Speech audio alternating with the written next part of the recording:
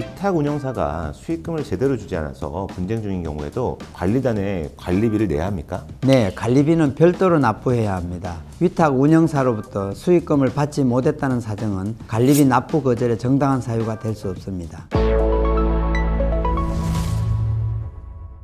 안녕하세요. 법무인 백송 윤재현 변호사입니다. 안녕하세요. 박윤혜 대표 변호사입니다. 네, 오늘은 지난 시간에 이어서 법무인 백송 박윤혜 대표 변호사님과 생활형 숙박시설의 구분 소유자들의 권리와 직결되는 관리단과 관리단 집회와 관련된 핵심적인 법률 관계를 알아보겠습니다.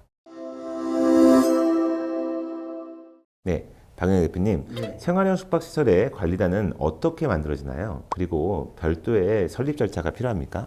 아닙니다. 별도의 설립 절차가 필요하지 않습니다. 관리단은 별도의 조직 행위나 설립 절차 없이 건물의 구분 소유 관계가 성립되면 당연히 구분 소유자 전원을 구성원으로 하여 설립됩니다. 판례에 따르면 집합 건축물 대장이 작성되고 소유권 보존 등기가 마쳐져 구분 소유 관계가 성립하는 시점에 관리단은 법률상 당연히 설립된 것으로 봅니다. 따라서 구분 소유자들이 모여 관리단을 만들기로 특별한 결의를 하지 않았다면 관리단은 이미 존재하는 것입니다. 아, 네, 그렇군요. 관리단의 대표인 관리는 반드시 구분 소유자여야 하는지, 관리는 어떻게 선임된지 설명해 주시기 부탁드립니다. 네, 집합건물법상 관리인은 구분 소유자일 필요가 없습니다. 다만 관리규약으로 자격을 구분 소유자로 제한하는 것은 가능합니다. 관리인 선임은 관리단 집회의 결의를 통해 이루어집니다. 집합건물법 제38조에 따르면 관리단 집회의 의사는 법률이나 규약에 특별한 규정이 없는 한 구분 소유자의 과반수 및 의결권의 과반수로서 의결합니다. 판례는 관리인 선임 결의가 반드시 모든 구분 소유자가 한자리에 모이는 총회에서만 가능한 것은 아니라고 봅니다. 구분 소유자 및 의결권의 각 5분의 4 이상이 서면으로 합의하는 서면 결의 방식으로도 관리인을 선임할 수 있습니다.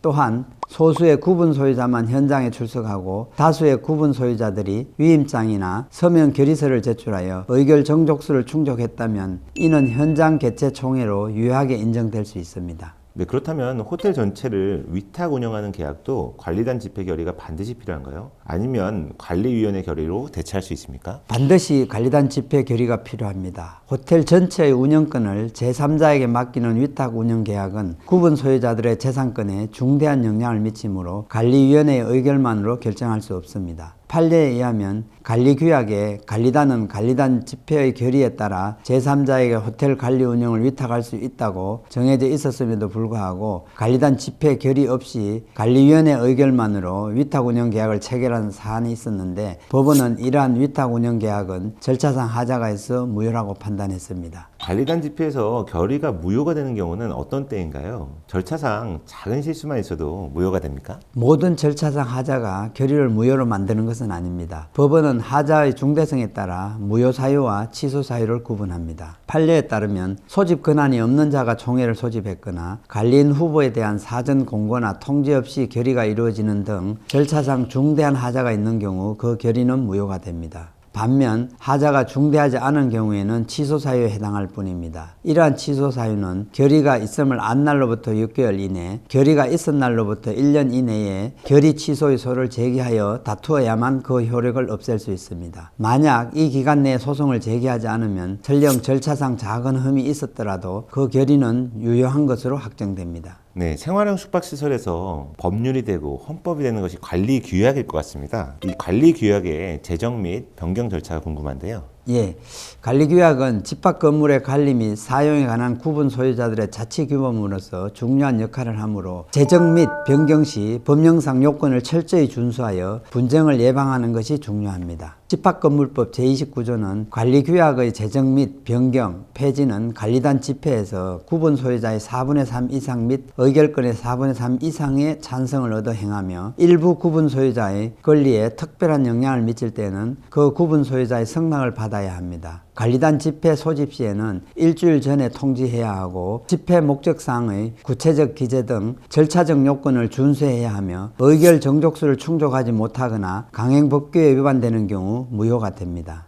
네, 생활형 숙박시설을 분양받았는데 개별적으로 숙박업 신고가 안 된다고 계약을 해지할 수 있을까요? 계약 해제는 어려울 가능성이 높습니다. 판례는 분양자의 주된 의무는 건축법상 생활 숙박시설의 기준을 준수하여 건물을 완공하고 소유권을 이전하는 것이지 개별 수분양자가 숙박업 영업신고를 마칠 수 있도록 보장하는 것까지 포함하지는 않는다고 보고 있습니다. 법원은 생활형 숙박시설이 장기 투숙 수요에 대응하기 위해 도입되었고 정부 규제가 강화되기 전까지는 주거용으로 사용하는 경우도 많았던 점을 고려합니다. 또한 개별 호실이 아닌 청 전체를 위탁 운영하는 방식으로 숙박업 신고가 가능한 점을 들어 개별 영업 신고가 어렵다는 사정만으로 계약의 목적을 달성할 수 없는 중대한 하자에 해당한다고 보기 어렵다고 판단했습니다. 네, 그렇다면 위탁 운영사가 수익금을 제대로 주지 않아서 분쟁 중인 경우에도 관리단에 관리비를 내야 합니까? 네, 관리비는 별도로 납부해야 합니다.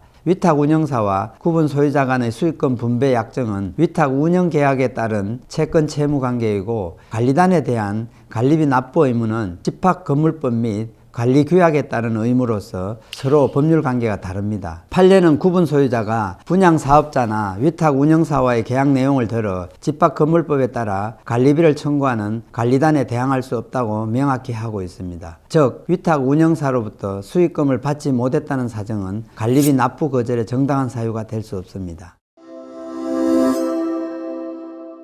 네, 박윤혜 대표님 오늘 말씀 감사합니다. 끝으로 더 하실 말씀 있으실까요? 네, 오늘은 생활형 숙박시설의 관리단 집회와 관련된 법률 문제를 살펴봤습니다. 관리단은 당연히 설립된다는 점, 위탁 운영 계약 등 중요한 의사결정은 반드시 관리단 집회 결의를 거쳐야 한다는 점, 그리고 관리비 납부 의무는 소유자로서의 기본적인 의무라는 점을 꼭 기억하시기 바랍니다. 네, 말씀 감사합니다. 영상이 도움이 되셨다면 구독과 좋아요 그리고 알림 설정도 부탁드리겠습니다. 감사합니다. 감사합니다.